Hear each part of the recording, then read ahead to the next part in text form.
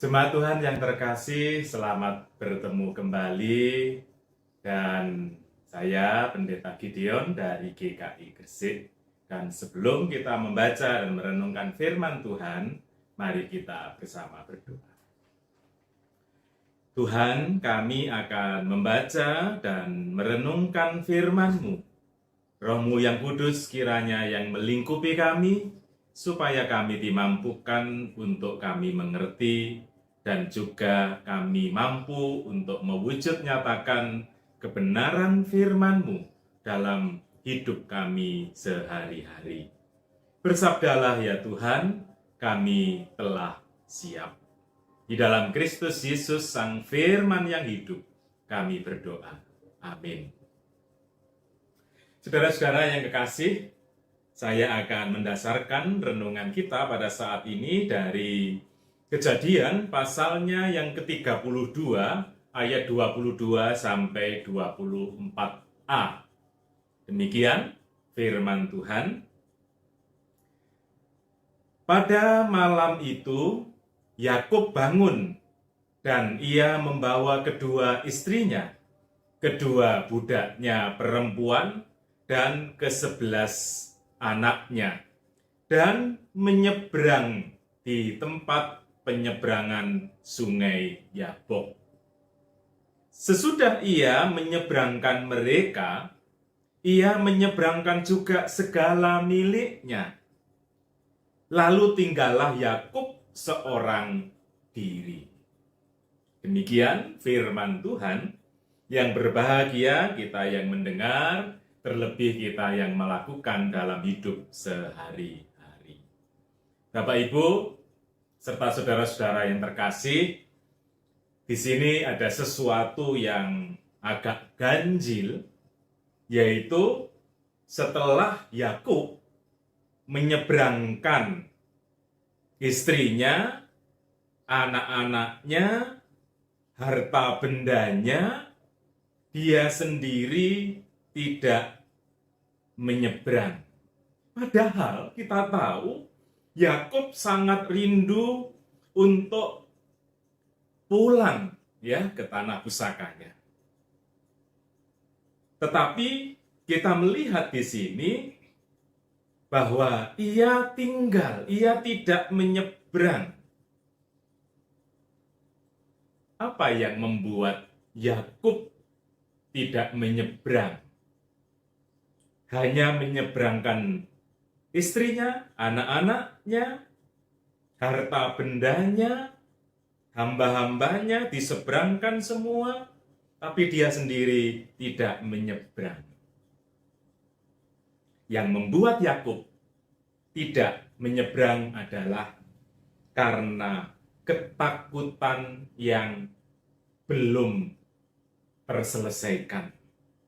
Kita tahu bahwa Yakub mengambil dari kakaknya yang bukan miliknya, yang membuat kakaknya menjadi sangat marah dan mengancam untuk membunuhnya. Dalam persoalan itu, lalu Yakub lari. Sekian puluh tahun, ya, bayangkan di situ ada kedua istrinya, kedua budaknya, anaknya sudah 11, tetapi bahwa puluhan tahun itu tidak membuat rasa takutnya, rasa gentarnya terhadap Esau kakaknya itu tidak hilang.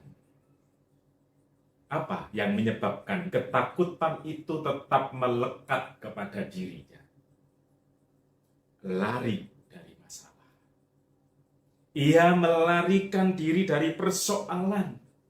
Itulah ketakutan itu masih sangat melekat. Di dalam ayatnya yang ke-7 dikatakan, lalu sangat takutlah Yakub dan merasa sesak hati. Ia lari dari masalah. Itulah sebabnya ketakutannya tetap melekat. Lari dari masalah bukanlah solusi yang terbaik. Karena kalau kita lihat di sini bahwa Yakub tetap ketakutan. Itu sebabnya kita boleh belajar di sini, apapun pergumulan kita, apapun persoalan kita, bahwa lari dari masalah bukanlah solusi. Karena persoalan akan tetap menjadi persoalan. Maka hadapilah masalah itu ketika ada tantangan, ada pergumulan, maka kita tidak boleh lari dari persoalan itu. Ketika kita lari, maka persoalan akan tetap menjadi persoalan. Maka kita belajar dari peristiwa Yakub ini untuk kita berani menghadapi persoalan. Bukan karena kehebatan kita, bukan kekuatan kita, bukan kepandaian kita, keberanian kita menghadapi persoalan hidup adalah karena Tuhan adalah Tuhan yang berkuasa. Tuhan yang melampaui persoalan-persoalan kita. Tuhan yang mengatasi persoalan-persoalan kita. Ketika Yakub berani menghadapi persoalannya, dia berani menemui kakaknya, maka bayangan ketakutan itu menjadi lenyap. Dalam ayat ke-10, Kejadian pasalnya yang ke-33, ayatnya yang ke-10 dikatakan, tetapi kata Yakub, janganlah kiranya demikian.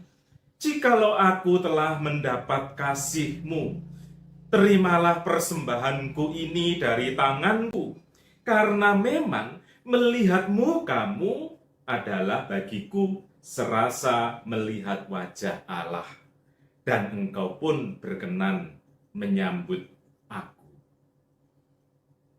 Bapak, Ibu, serta saudara-saudara yang terkasih,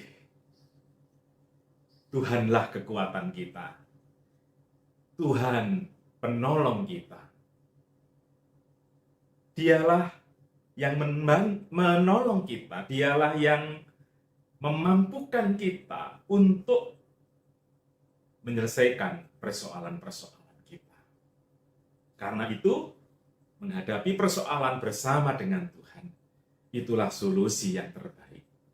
Bukan apatis, bukan lari dari masalah, bukan mengakhiri hidup kita, tapi menghadapi persoalan itu bersama dengan Tuhan.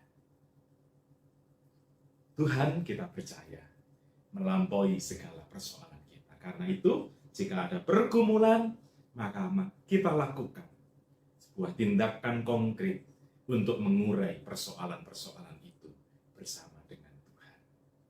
Selamat menghadapi persoalan, pergumulan yang kita sedang hadapi saat ini. Selamat mengurai persoalan kita bersama dengan Tuhan. Tuhan kuasanya jauh lebih besar daripada pergumulan kita. Tuhan memberkati. Amin. Jemaat Tuhan yang terkasih, mari kita berdoa. Tuhan, kami bersyukur atas persekutuan yang boleh terjadi pada saat ini, sekalipun kami ada di tempat masing-masing. Kiranya Tuhan yang memberkati, sehingga lewat persekutuan ini kami diteguhkan, dikuatkan. Kami boleh saling menopang, mendukung, dan mendoakan. Tuhan, kami berdoa untuk umat-Mu, Tuhan kiranya yang senantiasa memberikan kekuatan dan pengharapan di tengah-tengah pergumulan yang harus dihadapi dalam setiap realitas hidupnya. Tuhan yang menolong. Engkaulah kekuatan bagi kami untuk menghadapi setiap pergumulan kami. Kami percaya Engkau akan memampukan kami untuk menghadapi setiap persoalan kami dan memampukan kami mengatasi berbagai persoalan itu, karena kuasa-Mu melampaui jauh lebih besar daripada pergumulan-pergumulan kami. Karena itu ya Tuhan, Engkau yang menolong dan menopang kami setiap pergumulan-pergumulan yang ada di tengah-tengah hidup kami, baik dalam relasi kami, di dalam keluarga, relasi suami istri, orang tua anak, antar saudara, ataupun pergumulan kami di tengah-tengah usaha kami, ataupun pekerjaan kami. Tuhan yang menolong kami. Kami menyerahkan setiap saudara-saudara kekasih kami dalam pergumulannya. Tuhan yang menolong mereka. Terima kasih Tuhan. Kami pada saat ini menyerahkan untuk seluruh kehidupan kami ke depan hanya dalam kuasa-Mu. Dan kalau saat ini di antara umat-Mu harus menghadapi situasi yang tidak mudah, kiranya Engkau yang menolong dan meneguhkannya. Terima kasih. Kami berdoa untuk bangsa kami.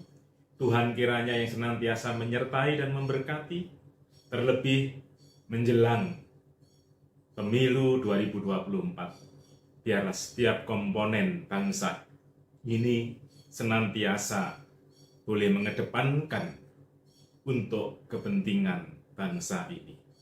Biarlah Engkau yang menolong, memberkati, sehingga setiap pemimpin bangsa ini memiliki hati untuk kehidupan dalam berbangsa. Terima kasih Tuhan. Kami percayakan bangsa kami dalam kuasa-Mu. Kami berdoa untuk gereja-gereja-Mu, Tuhan yang memberkati, memampukan kami, menghadirkan karya-karya-Mu, sehingga setiap kehadiran kami senantiasa boleh bermakna untuk kehidupan ini. Kami percayakan seluruh kehidupan kami dalam bergereja, Tuhan juga yang menopang kami. Di dalam Kristus Yesus kami berdoa. Amin. Tuhan memberkati.